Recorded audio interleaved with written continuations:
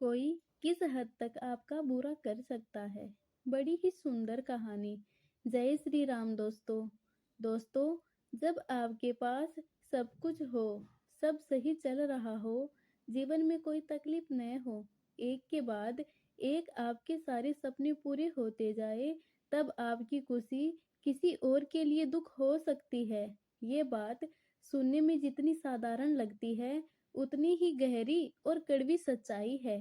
जीवन की सच्चाई को समझने के लिए आज हम आपको एक ऐसी कहानी सुनाने जा रहे हैं जो छत्तीसगढ़ के एक छोटे से गांव से शुरू होती है और हनुमान जी की कृपा तक पहुंचती है। ये कहानी है शुभम की, जो आज 28 साल का है, लेकिन उसकी जिंदगी में वो दौर आया जब सब कुछ अच्छा चल रहा था, फिर भी किसी की जलन ने उसे अंधेरे में धकेल दिया। छत्तीसगढ़ का वह इलाका जहाँ हरी भरी वादियां हैं, कोयला खदानें हैं और लोग मेहनत कश है। शुभम का गांव रायपुर से करीब 80 किलोमीटर दूर है। गांव का नाम है कुमारी। गांव छोटा सा है, लगभग 200 घर, मिट्टी की सड़कें, खेतों में धान की फसल और शाम को गायों के घर लौटने की आवाजें। शुभम का परिवार गांव का सबसे संपन्न और पढ़ा लिखा परिवार था। उसके पापा रामेश्वर साहू छत्तीसगढ़ सरकार के माइनिंग डिपार्टमेंट में इंस्पेक्टर थे। उनकी सैलरी अच्छी थी। घर में 12 एकड़ जमीन थी और शहर में एक छोटा सा फ्लैट भी था। माँ सावित्री देवी घर संभालती थी और गांव की महिलाओं को सिलाई का काम सिखाती थी। शुभम इकलौता बेटा था। बात तब की है जब शुभम 8वीं में था। उस समय उसकी उम्र 13 साल थी। वह गांव के प्राइमरी स्कूल में पढ़ता था। क्लास में हमेशा टॉप करता था। गणित के सवाल हो या विज्ञान के प्रयोग, शुभम हमेशा सबसे आगे रहता। टीचर उसे छोटा आइंस्टाइन कहते थे। वे खेल कूद में भी अव्वल था। फुटबॉल की टीम का कप्तान और क्रिकेट में बेस्ट बॉलर। गांव के बच्चे उसके पीछे घूमते, शुभम भैया हमें भी खेलना सिखाओ। शुभम हंसकर सबको साथ लेता। उसके पापा चाहते थे कि शुभम बड़ा आदमी बने, इसीलिए उन्होंने फैसला किया कि शुभम को बोर्डिंग स्कूल भेजेंगे। उसके पापा ने उसका एडमिशन रायपुर के सेंट पॉल बोर्डिंग स्कूल में कराया, जो शहर का सबसे अच्छा स्कूल था, जहां अमीर घरों के बच्चे पढ़ते थे। एडमिशन के लिए इंटरव्यू हुआ, टेस्ट हुआ और शुभम पास हो गया। घर में खुशी की लहर दौड़ गई। माँ ने नए कपड़े सिलवाए, दादी ने पूजा की, पापा ने बैग पैक किया। लेकिन शुभम को पहली बार घर से दूर जाना था, इसीलिए वह थोड़ा डरा हुआ था। पापा ने कहा, बेटा, ये तुम्हारी जिंदगी की नींव है। अनुशासन सीखो, दुनिया देखो। बोर्डिंग स्कूल में 4 साल बहुत अच्छे से बीते। पहला साल मुश्किल था। हॉस्टल, नया माहौल, फीका खाना, माँ की याद। लेकिन धीरे धीरे वह ढल गया। दूसरे साल उसके दोस्त बने, राहुल, विक्की और अजय। तीसरे साल उसने इंटर स्कूल फुटबॉल प्रतियोगिता जीती। चौथे साल उसके 10वीं बोर्ड में 94% आए और वह गोल्ड मेडलिस्ट बना। इसके बाद उसके पापा ने उसे माइनिंग इंजीनियरिंग की पढ़ाई के लिए उड़ीसा भेज दिया। उड़ीसा ने भी सब अच्छा चला। उसने जगन्नाथ मंदिर के दर्शन भी किए। फिर गर्मियों की छुट्टियों में शुभम अपने दादा दादी के पास गांव आया। जून का महीना था। वह ट्रेन से रायपुर पहुंचा, फिर बस से गांव। दादी ने देखते ही गले लगा लिया। दादा दादी गांव में ही रहते थे। सब जानते हैं, दादा दादी का प्यार अलग ही होता है। दादी हर काम में शुभम को शामिल करती, सब्जी काटना या पूजा। दादाजी खेत दिखाते, ये जमीन तुम्हारी है। शुभम खुश था। परिवार में कोई टेंशन नहीं थी, लेकिन ये खुशी ज्यादा दिन टिकनी नहीं थी। कहते हैं ना, लोगों को आपकी खुशी बर्दाश्त नहीं होती। बात हरियाली अमावस्या की है। उस रात अचानक शुभम को अजीब सा एहसास होने लगा। शरीर में कपकपी, सिर भारी, मन में अजीब विचार, लगा कोई पीछे है। रात भर नींद नहीं आई। सुबह उठकर वह सुन्न था, कुछ सोच नहीं पा रहा था। दादी ने कहा, बेटा उठ, नाश्ता कर। लेकिन शुभम चिढ़ गया। दिमाग काम करना बंद कर रहा था। लग रहा था जैसे वह डिप्रेशन में जा रहा हो। लोगों को देखकर उसे गुस्सा आता। उसने दादी को बताया, दादी घबरा गई। दादाजी को बताया, दादाजी समझ गए ये सामान्य नहीं है। उन्होंने कहा, चलो पंडित जी के पास चलते हैं। पंडित रामलाल का घर गांव से 5 किमी दूर था। झोपड़ी में हनुमान जी की मूर्ति थी। पंडित जी ने शुभम को देखा और बोले, बेटा ये तेरे ही परिवार का इंसान है जो तुझे बर्बाद करना चाहता है, तुझे पागल करना चाहता है। शुभम चौंका। कौन? पंडित जी ने नाम नहीं लिया, बस इतना कहा, वह तुम्हारा करीबी है। तुम बाहर पढ़ते हो, तुम्हारे पापा सरकारी नौकरी में हैं, जमीन जायदाद है। इसी जलन के कारण वह ये सब कर रहा है। ये सुनकर शुभम डर गया, आंसू आ गए। उसने पूछा, अब क्या करे? पंडित जी बोले, बेटा मैं तुम्हें एक महाराज के पास भेजता हूँ। वे हनुमान जी के परम भक्त है, वे सब ठीक कर देंगे। शुभम महाराज के पास गया। छोटा लेकिन शांत आश्रम। महाराज ने सफेद धोती पहनी हुई थी, गले में रुद्राक्ष। शुभम कुछ बताता उससे पहले ही महाराज ने कहा, बेटा चिंता मत कर, मैं तुझे एकदम पहले जैसा ठीक कर दूंगा। उस समय शुभम की मानसिक स्थिति बहुत खराब थी। रातों को चिल्लाता, दीवार से सिर टकराता, कई बार सुसाइड की कोशिश। एक बार छत पर रस्सी लेकर गया, दादी ने रोक लिया। दूसरी बार नस काटने की कोशिश की, माँ ने रोक लिया। महाराजी ने कहा, बेटा तू 3 दिन में ठीक हो जाएगा, चिंता मत कर। शुभम 3 दिन आश्रम में रुका। पहले दिन महाराजी ने उसे 21 बार हनुमान चालीसा पढ़वाई। दूसरे दिन बजरंग बाण का पाठ करवाया। तीसरे दिन उन्होंने पूर्ण हवन करवाया और उन्होंने जैसा कहा वैसा ही हुआ। शुभम 3 दिनों तक उनके पास रहा और एकदम से ठीक हो गया। उसका मन शांत हो गया और विचार साफ हो गए। महाराज जी ने शुभम को पूजा किया हुआ ताबीज पहनने को दिया और कहा, इसे कभी मत उतारना। शुभम ने वह पहना और वह ठीक होने लगा। उसकी नींद अच्छी हो गई और उसके चेहरे पर हंसी लौट आई। लेकिन ये खुशी ज्यादा दिनों की नहीं थी, क्योंकि वह ताबीज अचानक से गायब हो जाता था। शुभम फिर से उनके पास गया और उन्हें बताया, महाराज ताबीज अचानक गायब क्यों हो जाता है? तो उन्होंने बताया, बेटा वे लोग अपनी काली शक्तियों से इसे उड़ाने की कोशिश करते हैं। जब ये ताबीज नहीं रहता तब उनकी काली शक्ति शरीर में प्रवेश कर लेती है। तो शुभम ने पूछा, महाराज जी कोई ऐसा रास्ता बताइए जिससे उनकी काली शक्तियां कुछ ना कर पाए। उन्होंने शुभम से पूछा, बेटा क्या तुम कुछ खाते पीते हो? तो उसने बताया, मैं कभी कभार ड्रिंक कर लेता हूँ और नॉनवेज खा लेता हूँ।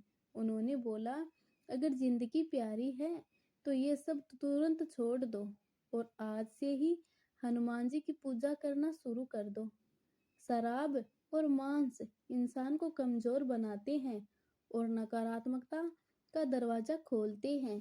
शुभम ने वैसा ही किया।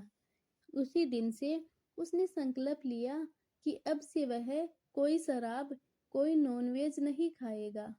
शुभम पहले दिन हनुमान जी के मंदिर गया और जैसे ही उसने मंदिर में कदम रखा, उसका पूरा शरीर कांपने लगा। पैर लड़खड़ाए, सिर घूम गया। दिल की धड़कन तेज हो गई। थोड़ी देर के लिए तो सब कुछ जैसे घूम गया। उसे लगा कि वो गिर पड़ेगा और जैसे ही उसने मंदिर में प्रवेश किया, उसकी बॉडी एकदम से फ्री हो गई।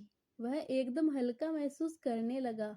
उस दिन मंगलवार भी था, हनुमान जी का दिन। उसने हनुमान जी को सिंदूर अर्पित किया और मंदिर ही हनुमान चालीसा का पाठ करने बैठ गया। उसके मन की जितनी भी नकारात्मक सोच थी, वो सब नष्ट होने लगी।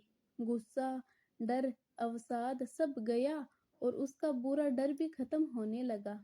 हनुमान जी की शरण में वह उसका पहला दिन था। घर लौटा तो दादी ने पूछा, बेटा ठीक हो? शुभम मुस्कुराया, दादी आज से मेरा नई जिंदगी शुरू हुई है। वह दूसरे दिन भी हनुमान जी के मंदिर गया। अब उसकी सुबह की दिनचर्या तय हो गई थी। वह सुबह जल्दी उठता, स्नान करता, मंदिर जाता और वहां हनुमान चालीसा का पाठ करता। अब उसका मंदिर से घर आने का मन नहीं करता था। उसे लगता था कि बस प्रभु के चरणों में पड़ा रहे और उनकी सेवा करता रहे। वह शाम को भी मंदिर जाता, बजरंग बाण पढ़ता।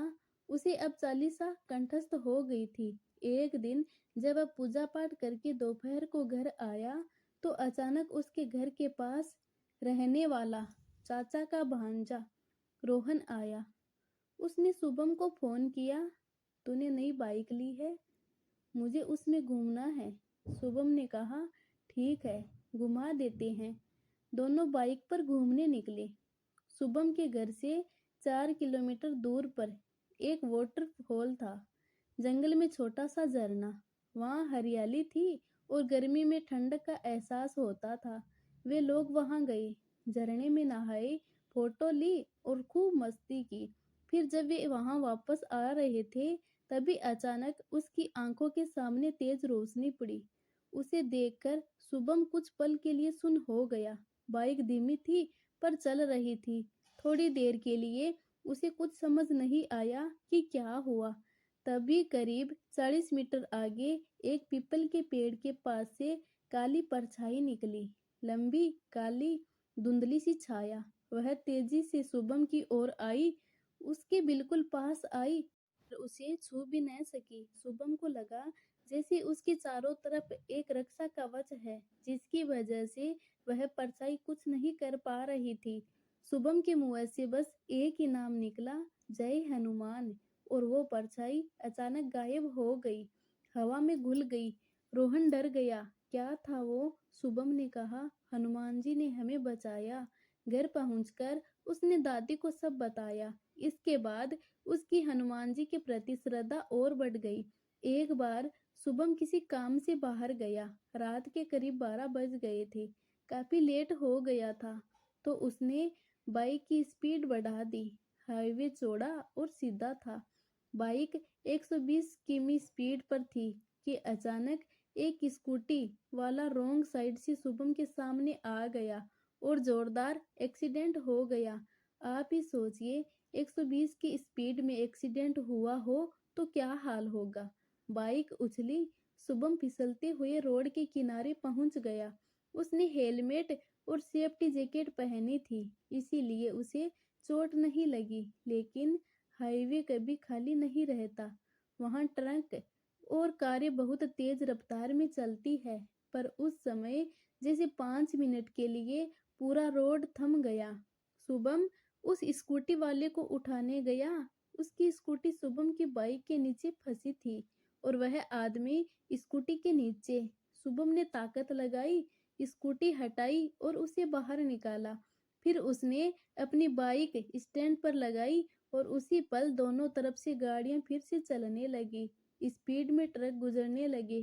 ठीक पास में ही पुलिस स्टेशन था, पर किसी को पता ही नहीं चला कि इतनी बड़ी दुर्घटना हुई है। कोई बाहर तक नहीं आया। फिर कुछ देर बाद शुभम को समझ आया, बजरंग बली ने ही उसे बचाया है। उसे लगा जैसे उन्होंने उस रोड और समय को रोक दिया हो। शुभम ने अगले ही दिन हनुमान जी की मूर्ति घर लाकर स्थापित कर दी। कुछ दिनों बाद लॉकडाउन शुरू हो गया। कोविड में सब बंद था, तो वह रोज पूरी श्रद्धा से घर पर ही पूजा करता था। आज उस बात को 5 साल से ज़्यादा हो चुके हैं। शुभम इंजीनियर बन गया है और उसे अच्छी नौकरी मिल गई है। हनुमान जी उसकी हर इच्छा पूरी करते हैं और कभी कोई तकलीफ नहीं आने देते। वह बहुत खुश है और उसका सपना है कि एक दिन बजरंगबली की कृपा से वह बड़ा राइडर बनेगा। शुभम सभी से कहता है, हनुमान चालीसा का पाठ जरूर करे। अगर ज्यादा कष्ट हो तो बजरंग बाण का पाठ करे। हनुमान जी के 12 नामों का जाप करे। आपके सारे कष्ट दूर होंगे। सुबह 108 बार ओम हनुमंते नमः जप करे। मंगल का व्रत करे और मंगलवार को लाल कपड़े पहने। तो दोस्तों, देखा आपने, जब भी नकारात्मक ऊर्जा ने किसी का बुरा चाहा तो ईश्वरीय शक्ति ने ही उसे बचाया। और अगर बात करें हनुमान जी की, तो वे अपने भक्तों को ऐसा रक्षा कवच देते हैं कि कोई भी नकारात्मक ऊर्जा उन्हें छू भी नहीं सकती। दोस्तों, कहानी समाप्त हुई, लेकिन संदेश बाकी है। ये संदेश कोई उपदेश नहीं, बल्कि एक सच्चाई है जो शुभम की जिंदगी से निकली है और हर उस इंसान के लिए है जो आज के कलयुग में जी रहा है। जहाँ आज कलयुग है, चारों तरफ अंधेरा सा फैला लगता है। लोग एक दूसरे से जलते हैं, झूठ बोलते हैं, धोखा देते हैं। मोबाइल की स्क्रीन चमकती है पर दिल अंदर से खाली है। पैसा है पर सुकून नहीं, नौकरी है पर नींद नहीं, सब कुछ है फिर भी कुछ नहीं। मन डरता है, क्या कोई है जो हमारी सुनता हो? क्या कोई है जो हमें बचाता हो? हाँ है, और वो है हमारे हनुमान जी। हनुमान जी आज भी उतने ही जीवंत है जितने त्रेता में थे। वे कहीं दूर नहीं, बल्कि हर उस दिल में विराजते हैं जहाँ राम का नाम है। कलयुग में भी वो मौजूद है। हर मंदिर में, हर चालीसा के पाठ में, हर मंगलवार के व्रत में, हर सिंदूर के तिलक में। वे देखते हैं, जब कोई रोता है सुनते हैं, जब कोई पुकारता है तो आते हैं, जब कोई विश्वास करता है। दोस्तों, आशा है ये कहानी आपको पसंद आई होगी। अगर पसंद आई हो तो वीडियो को लाइक करें, कमेंट में जय श्री राम, जय हनुमान जरूर लिखें और अगर चैनल पर पहली बार आए हैं तो सब्सक्राइब करें। धन्यवाद।